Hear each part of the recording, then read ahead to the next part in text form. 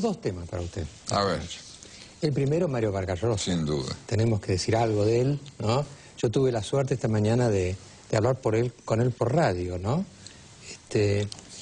Así que creo que me parece que Santiago es la persona indicada para un comentario sobre el Premio Nobel de Literatura a Mario Vargas Llosa. Y segundo, la otra cosa que me movió a invitarlo fue la Feria de Frankfurt, ¿no? La Feria de Frankfurt que la Argentina ha llevado como ícono, justamente estaba llamando Maradona, Eva Perón y el Che Guevara, ninguno de los cuales escribió un libro. Es un pequeño detalle, ¿no? Sobre el final agregaron a Jorge Luis Borges y a Julio Cortázar. ¿Los agregaron al final? Tengo entendido que sobre el final los agregaron. Sí, bueno, pero de todas maneras el orden de presentación de las figuras consideradas como emblemáticas fue el que mencionaba usted. Es decir, se comenzó por Maradona, Eva Perón, el Che Guevara y posteriormente se nombró a estos dos escritores, a Cortázar y a Jorge Luis Borges. Pero comenzando la reflexión por un escritor cabal como es Mario Vargas Llosa, sin duda creo que el premio es un premio que reconoce ante todo el valor de la palabra, porque Mario Vargas Llosa, al consagrar su vida a la literatura, consagró su vida a la convicción de que la palabra incide en la realidad y que ser un novelista no es apartarse del mundo de los hechos, sino aprender a presentarlos con potencia expresiva y jugar el problema del enfrentamiento de los conflictos, de la historia y de la realidad a través de la palabra. Un escritor tiene un mensaje primordialmente venturoso. Resolvámoslo todo en el nivel de la palabra, no pasemos al nivel de la violencia. Además la palabra, Santiago, ya no como habitualmente se piensa en ella, como un reflejo de las cosas, sino diríamos como parte de las cosas, como parte de la realidad. Eso es. La disociación entre cosas y palabras a veces es filosóficamente prudente porque la palabra no agota a las cosas, pero no hay modo más evidente de comprobar eso que con las palabras. Es mediante las palabras que nos podemos dar cuenta de que la realidad a veces no cabe en ellas, y es mediante las palabras que podemos... Que esta mañana yo le preguntaba, ¿usted qué se considera finalmente? ¿Un novelista, un ensayista, un periodista? Y me dijo, yo lo que soy es un escritor. Sí, sí. Esa distinción entre géneros que a veces ha hecho la oposición al pensamiento político de Vargas Llosa, diciendo, bueno, él es muy buen novelista, pero en realidad sus artículos no merecerían este reconocimiento. Parte de un criterio erróneo. Un hombre con el que se puede discrepar no deja de ser por eso un hombre valioso. Vargas Llosa es un notable escritor en aquello que emprenda, sea un artículo, un ensayo o una novela, y no es menos incisivo como articulista que como novelista. Además, los registros que un escritor tiene prueban su versatilidad, no su pobreza. Presumir que es rico en una cosa y en otra no lo es desconocer hasta qué punto su plasticidad... Me gustan sus novelas, pero no sus ideas. Eso es. ¿Y dónde están las ideas? ¿No están también en las novelas? Claro. Esa era la pregunta, si se puede disociar, porque esto que plantea Mariano lo conversábamos, es notable, cómo Vargas Llosa entró en el universo que en algún momento compartían codo a codo, después se separaron con Gabriel García Márquez. Así es. Pero los que se quedaron con García Márquez se quedaron solo con algunas novelas de Vargas Llosa y se separaron totalmente de su pensamiento político. Y a partir de ahí es como que había dos Vargas Llosa. ¿Hay dos Vargas Llosa? No, eso necesitan que lo haya quienes no toleran la profunda coincidencia que hay entre las ideas de Vargas Llosa y las novelas que le dan cuerpo. Vargas Llosa desarrolla las mismas convicciones que tiene en política cuando hace literatura y proyecta sobre su prosa de ensayo y su prosa política la potencia expresiva y poética que tiene su prosa de novelista. ¿Sabe que le pregunté esta mañana? Le pregunté porque él fue amigo de García Márquez, que es el otro premio Nobel latinoamericano, y después se apartaron, ¿no? Sí, tuvieron diferencias. Entonces le dije, dígame, usted, Mario, ¿cómo ve ahora su relación con García Márquez a partir de la experiencia y del premio Nobel y demás? Entonces me dijo, dejémoslo para los historiadores.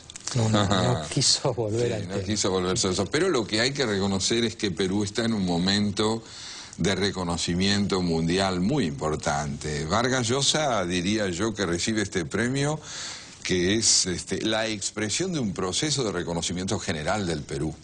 Porque Perú en este momento es una de las naciones que han probado que pueden aprender de sus fracasos. Y esto es muy importante, no solo en política, lo es en la vida personal de cualquiera y lo es en la literatura también. Un escritor no se define tanto por las palabras que tiene a su alcance, sino por la pasión que pone en tachar. Porque tachar es corregir es aprender de los fracasos. No hay nada que demuestre más la potencia de una vocación literaria que las cicatrices que uno traza en el papel, o en la máquina de escribir, o en la computadora. Y yo creo que Vargas Llosa es un hombre que ha aprendido a pensar, es decir, a conciliar con matices notables todo lo que en la realidad le ha parecido significativo, tanto literaria como políticamente. Es además un hombre que le ha dado a la lengua castellana una elocuencia excepcional. Él fue muy modesto cuando recibió la noticia, dijo, bueno, no es a mí a quien han honrado, es a la lengua castellana. De acuerdo, pero la lengua castellana es lo que con ella hacemos. Claro. Y él ha hecho algo grande con la lengua castellana, ha mostrado su modernidad, la forma en que se concilian la imaginación y la experiencia, la relación profunda entre historia y espíritu crítico.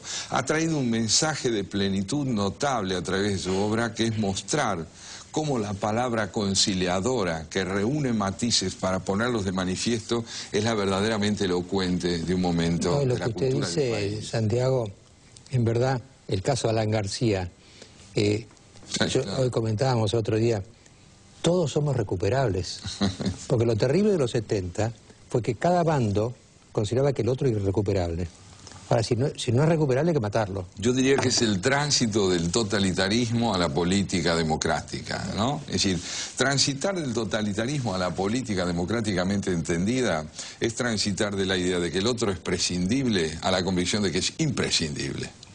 Y esto en literatura es fundamental. Vean ustedes, Vargas Llosa es un gran novelista, vale decir, es un hombre que sabe cederle su voz a hombres y mujeres con los que no coincide. Claro. Esto es un gran artista, poder cederle la palabra e incluso a aquellos que no encarnan sus propias convicciones. Es el gran director de orquesta para el cual no hay instrumentos prescindibles, pero que tiene un sentido de la melodía común. Creo que tenemos que celebrar lo que él ha hecho por la contemporaneidad y la vida de nuestro idioma, y por mostrar esto que me parece esencial. Entre imaginación y realidad siempre hay complementación, porque de lo contrario no hay expresividad. Eso en cuanto a él, ¿no? Y en cuanto a lo otro que ustedes planteaban sobre la Feria de Frankfurt. Lo cierto es que la Feria del Libro ha sido instrumentada esta vez de una manera muy penosa, fundamentalmente como expresión de una orientación partidaria y de un proceso político liderado por el gobierno, por el oficialismo. No es que los escritores no hayan tenido lugar, pero se los presentó bajo el ala de una gestión de gobierno. Se presentó a esta oportunidad que la Argentina ha tenido de ser honrada como país huésped, ¿no? Como un país que tiene fundamentalmente un rostro, y es el del gobierno, o el de tres íconos que no son escritores. ¿Quién puede desconocer el valor relativo que tienen para un país cualquiera de sus figuras, incluso aquellas que puedan ser más discutidas? Pero aspirar a presentarlas como íconos, en este caso, significa reducir la potencia plural del país a tres figuras que en el campo de la palabra no han tenido ningún relieve. Más aún, yo diría, en el caso del Che Guevara y de Maradona, que son dos figuras que han hecho mucho más fuera del lenguaje que dentro de él. Sí, pero... Esto por un lado. Y en lo que hace a Eva Perón, sin duda es una figura insoslayable de la historia argentina, pero el país tiene muchas figuras que hubieran podido llevar a la Feria de Frankfurt el pluralismo expresivo del país. La riqueza inmensa. Y algo de esto lo rescató Griselda Gambaro con mucho coraje en el discurso inaugural que ella dio. Ella dijo que un escritor es fundamentalmente alguien que defiende el espíritu crítico y la capacidad de expresarse con libertad, sin subsumir su pensamiento bajo el mandato de ningún gobierno.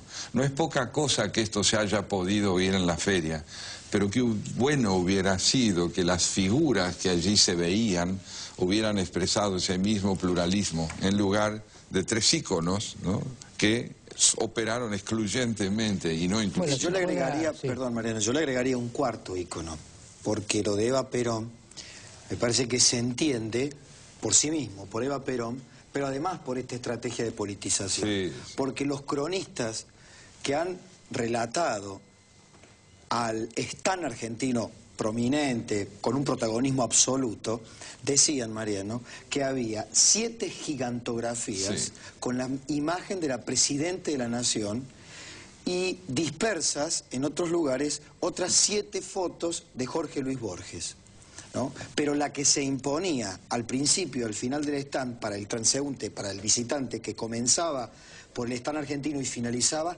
la figura dominante es Cristina Fernández de Kirchner. Yo no voy a poder dejar de conversar, por más que estemos ya al borde del programa, este tema que usted marca, las gigantografías de Cristina, porque yo querría hacer una pregunta incómoda, que se me acaba de ocurrir, a Santiago, ¿no? ¿Cuánto hay de narcisismo en Cristina Kirchner? Bueno, yo creo que en general los gobiernos que tienden a tener esta característica fuertemente verticalista y monopolizadora de la palabra revelan hasta qué punto la presencia del otro es secundaria y periférica.